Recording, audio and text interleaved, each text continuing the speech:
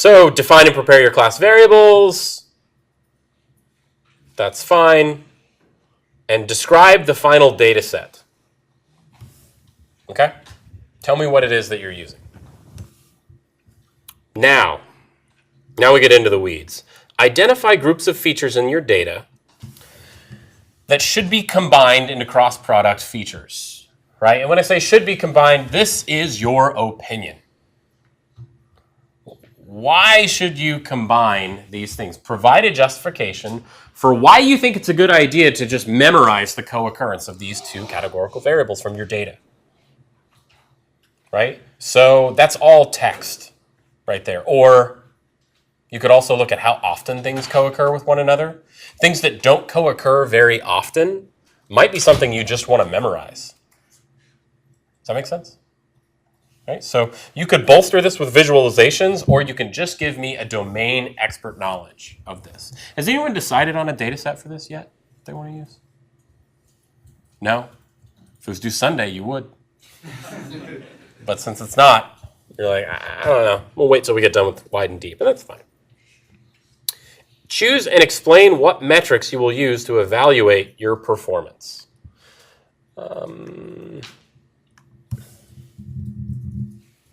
Same thing follows from what we've talked about before. Give me what metrics, what would make sense on this census data that we were looking at?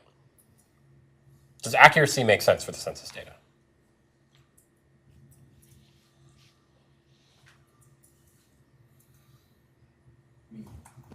What we were doing makes essentially what you have in the notebook makes sense. We have the accuracy score is sort of a numeric indicator, but then you also have a confusion matrix, more qualitative. Yeah. Could I have done better?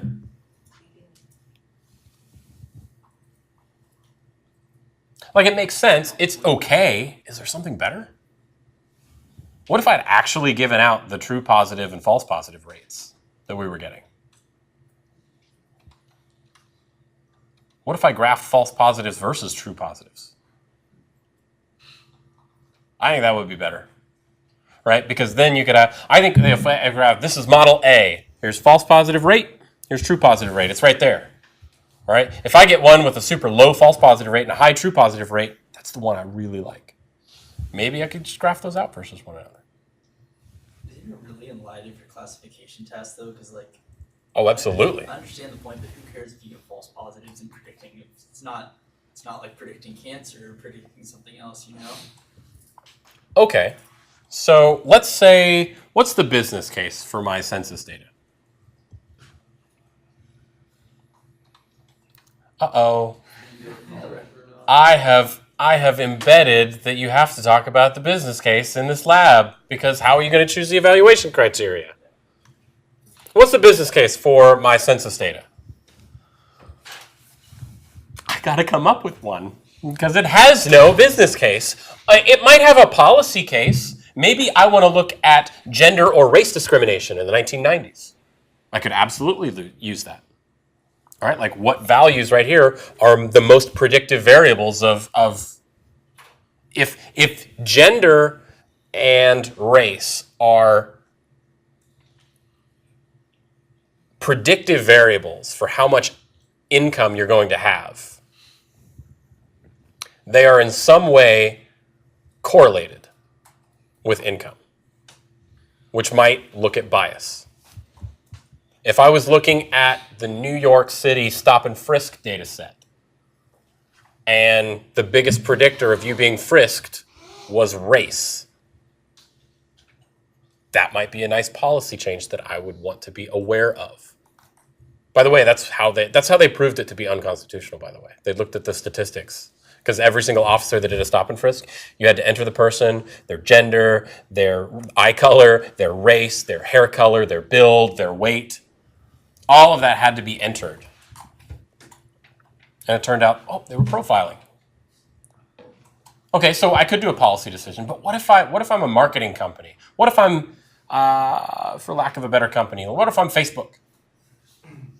And I want to go out here and I want to say, I want to know whether or not you make more than 50K. But you're not telling me anything about yourself. All I know is that you're a man or a woman. I know your relationship status. I know kind of the job that you're in based off of the other stuff that's right here. I'm gonna figure out how much you pay, how much you make, because how much you make depends on what advertisers I'm gonna give to you. If you make less than 50K, I don't care. You use Facebook and great. Use it to your friends. I'm not even gonna advertise to you. You make above 50K, hot ticket. Now we got something. And in that case, who cares if I make false positives? The only thing that it worked as Facebook, if I get false positives on that, whoops, I gave you too many ads. Oh, well, maybe I do want to minimize that. I don't want to give you too many ads. I want to give you really, really relevant ads based on your income. Maybe if you're low income, maybe if I had more levels of income and I could say, oh, you're really low right here. I want to advertise to you payday loans, right? For predatory lending practices because I'm Facebook and I don't care. I apologize. Sometimes I go over the top. So, but that's the idea behind this. Like that would be the way that I would see, okay, well, what's my evaluation criteria and what's my business case?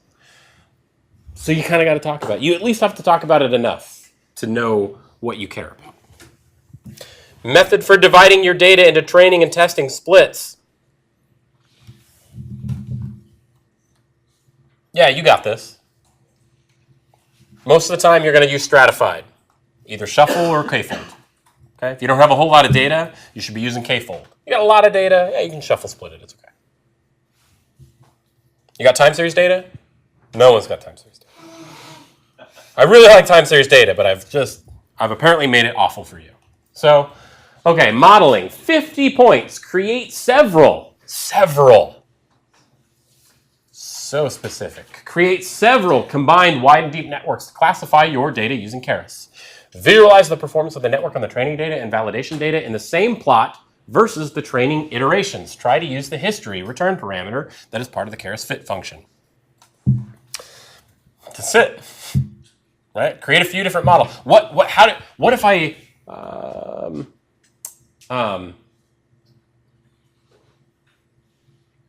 okay, let's come back to this. We'll come back to this because creating several combined wide and deep networks is actually these are actually ways of kind of doing it. So investigate generalization performance by altering the number of layers in your deep branch. If I alter the number of layers, have I changed the type of network that I'm doing? Yes. Absolutely. So by changing the number of layers, I have created a different wide and deep network. Okay. Try at least 2 different numbers of layers. Use the method of cross-validation and evaluation that you argued for at the beginning of the lab, because if you don't, I'll regard that as a conceptual error. Like you argue is like accuracy sucks, and then you use accuracy. You don't do that. Then compare the performance of your best wide and deep network to a standard multi-layer perceptron. Use the receiver operating characteristic and area under the curve. Use proper statistical methods to compare the performance of the different models.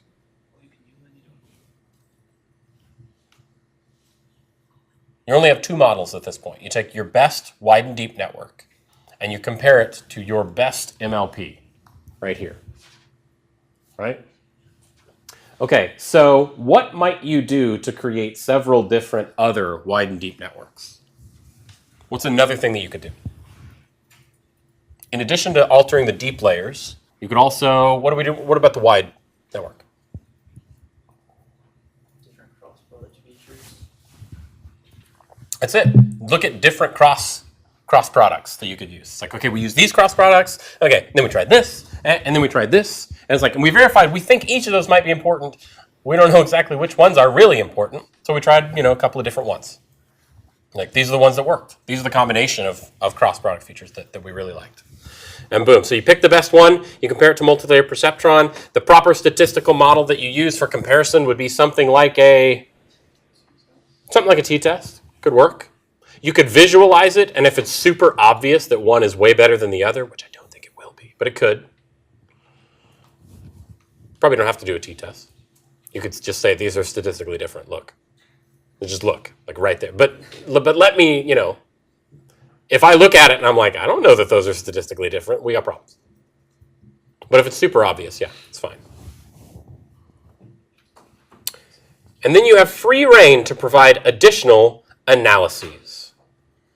But if you're a graduate student, you are going to capture the embedding weights from the deep network and perform stochastic neighbor embedding clustering on the output of those embedding layers. Right? So you will pass the observations into your network. You'll go in and save the embedding weights, called the embeddings, for each of those. Right? You don't have to pass them through.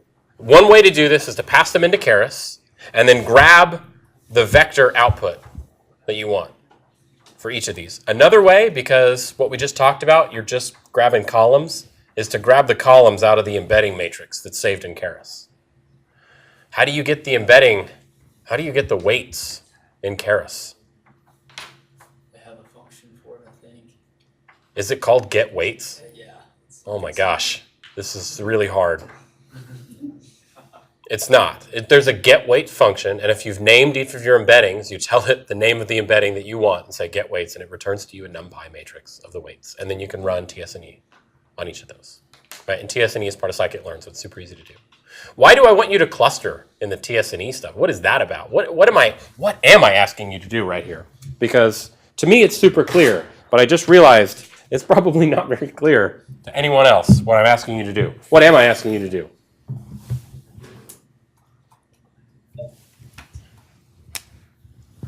I am asking you to take your X data that you've got. It's huge. This right here is huge.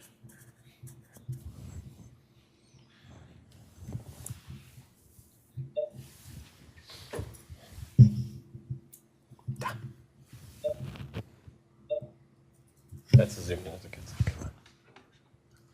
Right? So I'm asking you to take that data. And this is your one-hot encoded sparse data that you have right here. And I'm basically asking you, okay, so when you put that through your embedding, the columns in that embedding correspond, each of those columns correspond to the dimensionality reduced numeric vector for that specific category. So if this is gender, my weight matrix is going to look like this, where I have this is, let's say this is female and this is male right here that I had from my census data, right? This is a set of weights that corresponds to female. This is a set of weights that corresponds to male that I have right here, okay? So what I want you to do is, if I've reduced the dimensionality of this, this is one number, okay?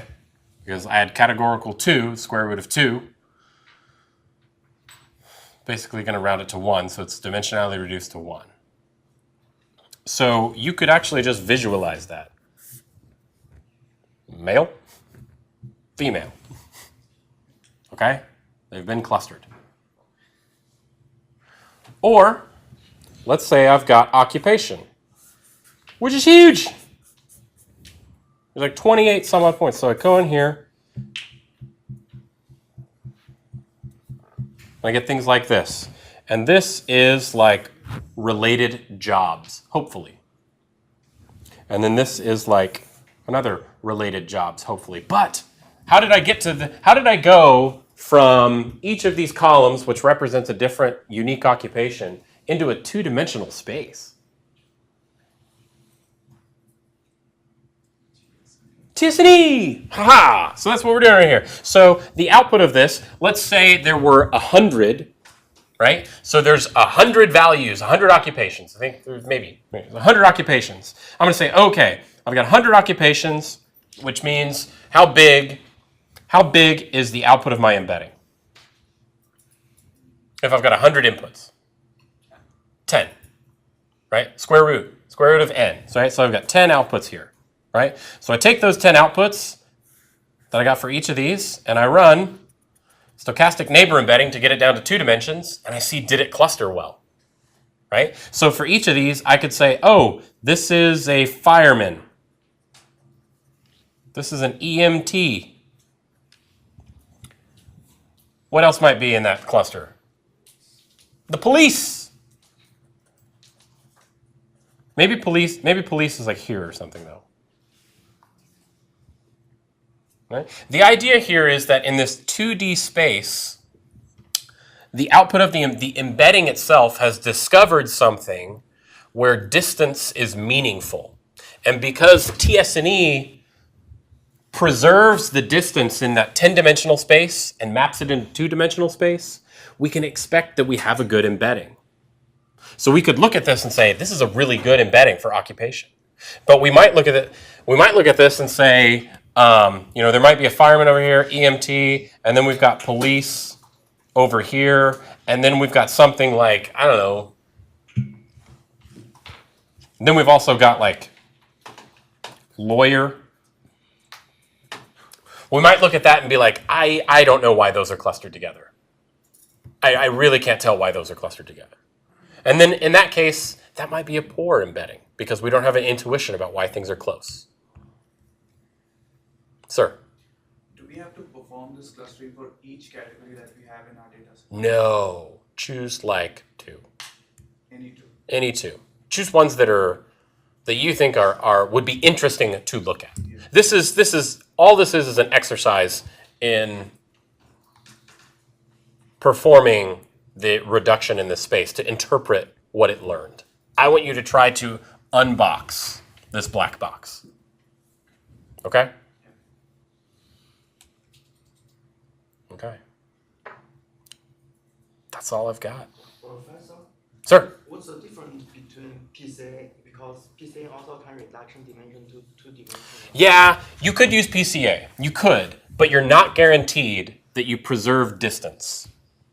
TS&E will preserve the distance as best as possible. It'll do slightly better than PCA. It will. PCA might work, but if it doesn't work, stochastic neighbor embedding may have been the better option. They both might not work, but TS&E is going to work on more occasions than PCA will. Sir? Also, we have to use multi-layer perceptron to compare the performance in the modeling section. Oh, yeah. Yeah. So that multi-layer perceptron has to be the scikit-learn implementation or our own implementation. It could be your own. It's fine. You could use scikit-learn, or you could use Keras. Yeah. Up to you. But all you're doing is comparing performance. And performance is generalization of your evaluation criteria. I don't care how long it took. Okay? Cool. I think this is easier than the last lab. Okay? Because you finally get to use an API.